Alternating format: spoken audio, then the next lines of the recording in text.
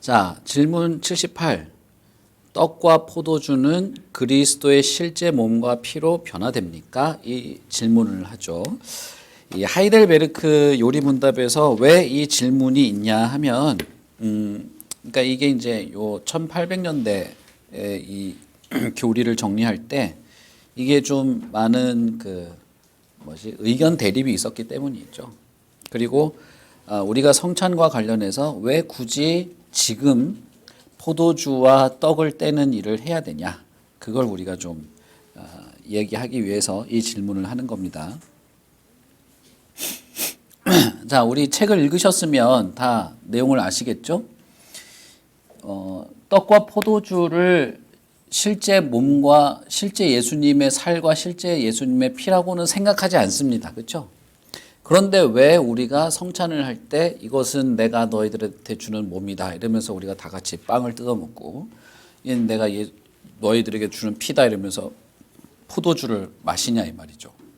우리 교회도 얼마 전까지 포도주를 했는데 이제 포도주 다 떨어져 가지고 동도교회 나올 때 내가 한 병 집어온 게 있었는데 그거 다 떨어져 가지고 이제 포도즙으로 바꿨는데,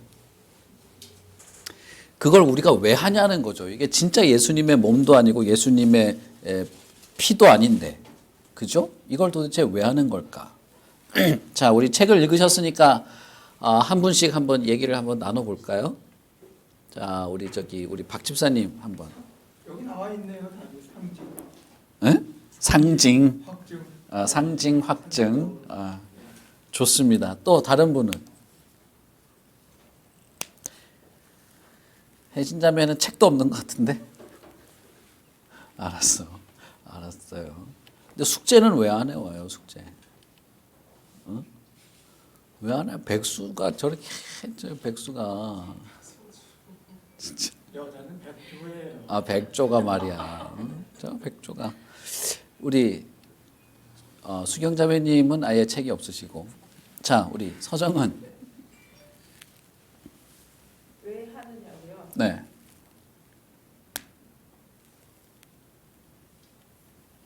집사님 말씀하신 언약의 표시라는 거 외에 성례는 우리를 위한 그리스도의 십자가에서 희생에 초점을 두고 있어.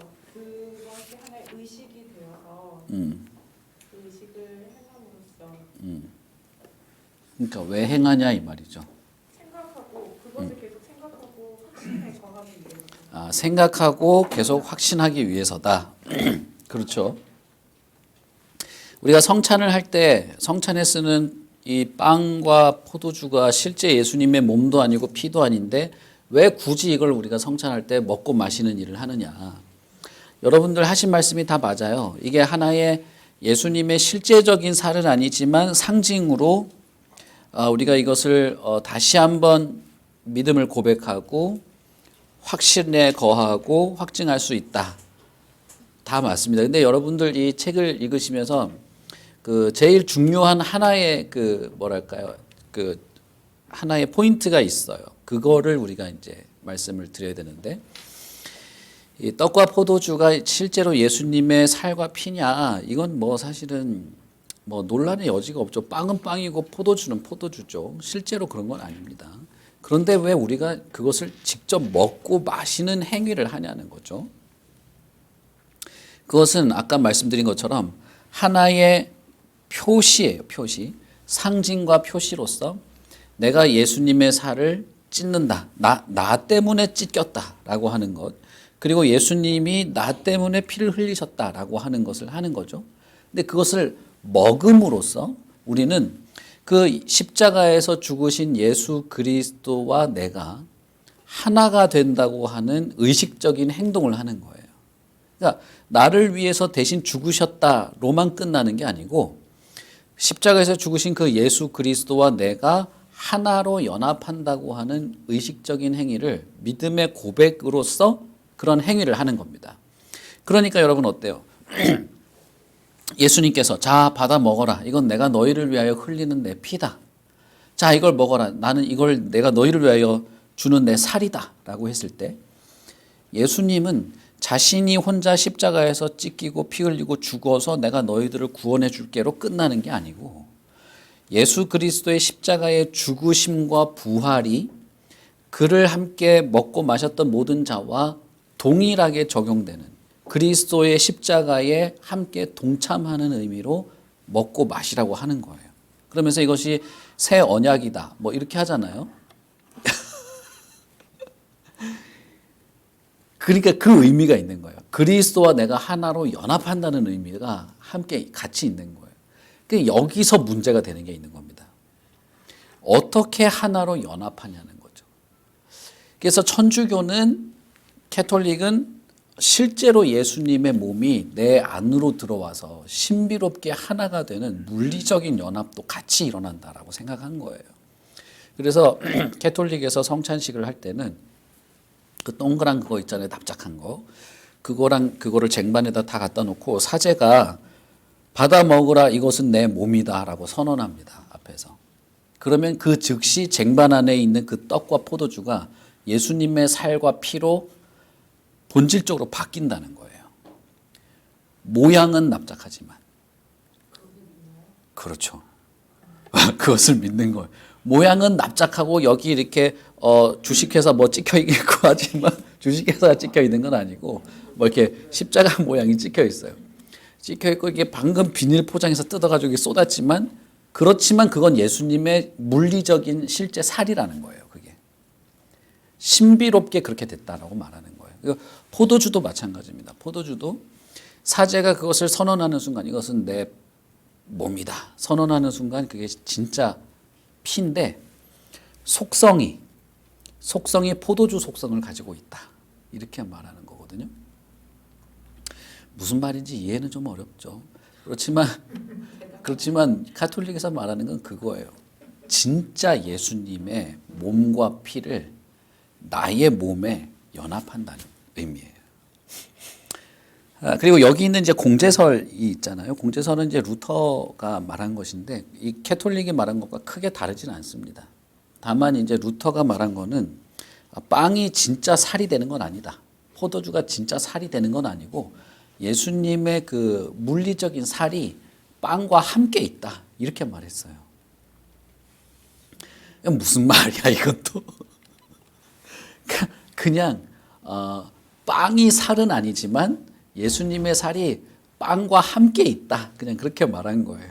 그래서 이것을 여러 가지로 설명하는 말들이 많은데 분명한 건 뭐냐면 루터도 뭐냐면 이 성찬을 통해서 내가 그리스도와 연합한다고 하는 것을 어떻게 설명할 것이냐라고 할 때 그리스도의 몸을 내가 먹음으로써 내 안에 그리스도와 내가 하나로 연합되는 것을 한다고 생각한 겁니다. 그래서 공제설도 사실 크게 다르진 않아요.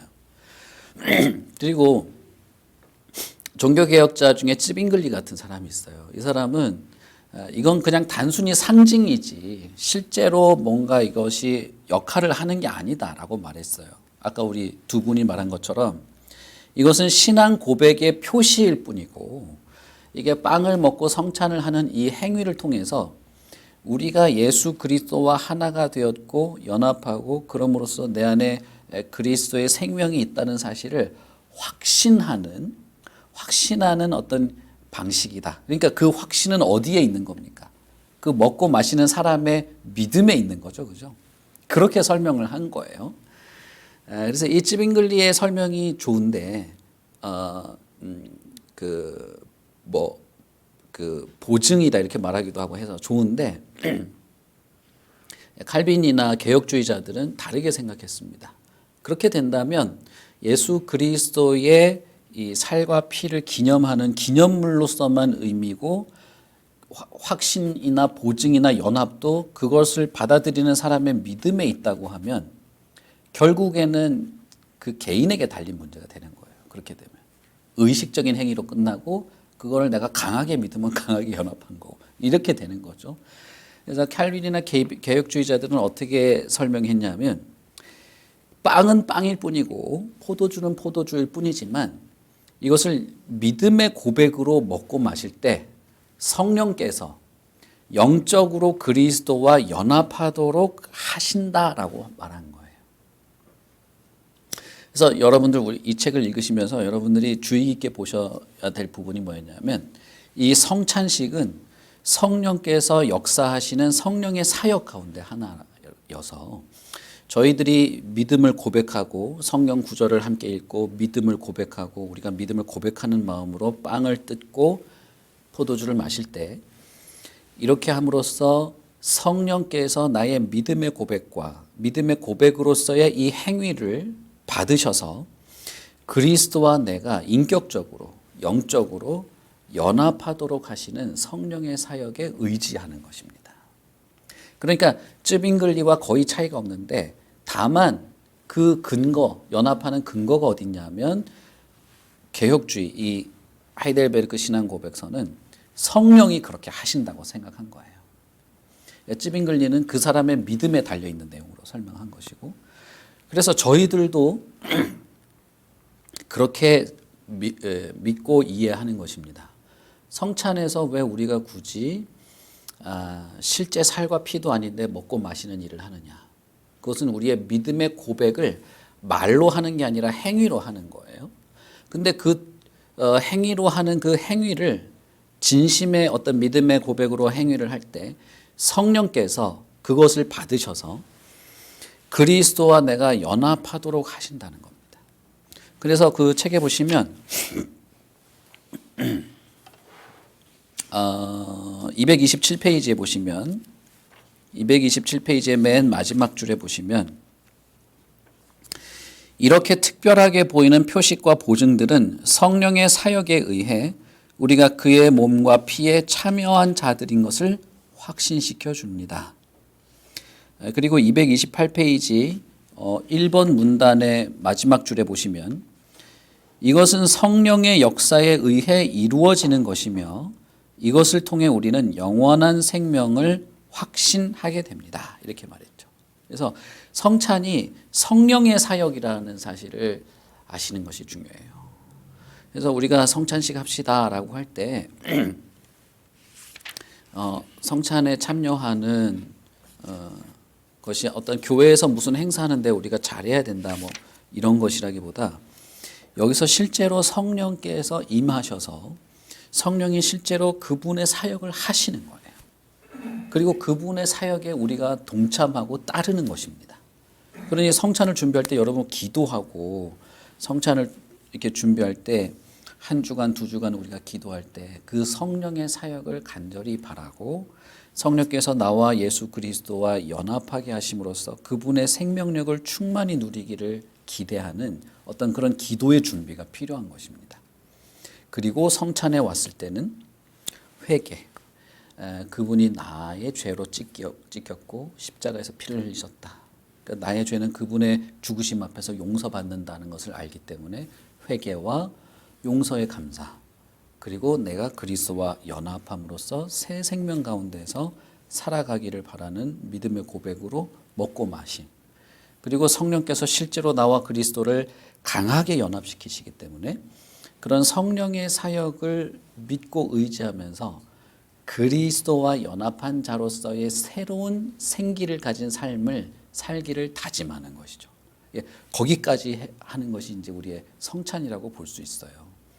그러니까 성찬은 절대 건성으로 하거나 믿음 없이 하거나 혹은 성령께서 나와 그리스도와 연합시켜 주신다는 것에 대해서 그냥 가볍게 여기면서 참여하시면 안 됩니다.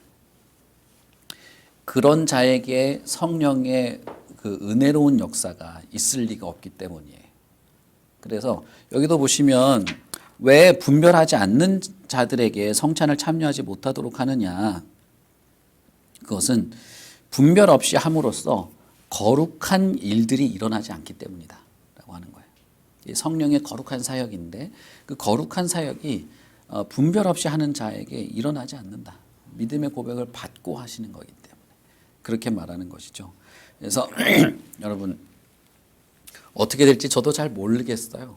이제 다음 주부터 또 뭐 아예 3단계가 될지 안 될지 모르겠지만 그래도 우리 뭐 이제 10명 남짓한 사람들이니까 좀 떨어져서 하면 좋으리라 생각이 되는데 그동안에 정말 내가 그리스도 앞에서 죄를 용서받고 내 인격과 의지와 어떤 내 삶의 전부가 그리스도 안에서 새로워지고 그분과 내가 연합하게 하시는 성령의 그 능력 있는 사역을 바라시고 기대하면서 그것을 기도하시면서 잘 참여하시면 좋겠습니다. 자, 우리 그 성찬에 대해서 말씀드렸는데 뭐 질문 없으시죠? 네, 그렇죠. 질문 있으면 길어질 뿐이니까. 자, 우리 기도하고 마치겠습니다. 하나님 아버지 은혜를 참 감사합니다. 하나님께서 우리에게 믿음이 떨어지지 않도록 믿음을 잃어버리지 않도록 끊임없이 말씀하시고 성찬을 통하여 그리스도를 기억하게 하시며 내가 어떤 자인지도 돌아보게 하시고 실제로 성령께서 우리 가운데 계셔서 그리스도와 우리를 하나로 묶으시는 그런 은혜로운 일들을 우리에게 허락하여 주시니 감사합니다. 하나님이여, 우리가 성찬을 생각할 때나 예배할 때나 또는 성찬에 직접 참여할 때나 우리의 심령이 온전히 새로워지게 하시고 이 모든 것이 우리에게 지식으로만 끝나지 말고 그리스도께서 마련해 주신 모든 이 은혜로운 방편에 진심으로 참여하고 은혜와 유익을 누리도록 하여 주시옵소서. 우리 교회에서 성찬을 하게 될 때 성령께서 우리와 함께 하시고 각 사람들의 마음에 충만히 역사하시고 그의 인생과 인격 전부를 하나님께서 받으시고 그리스도와 참으로 연합케 하셔서 그의 마음에 위로와 평강과 평안과 새 생명의 역사들이 끊임없이 일어나도록 도와주시옵소서. 감사합니다. 예수님 이름으로 기도합니다. 아멘.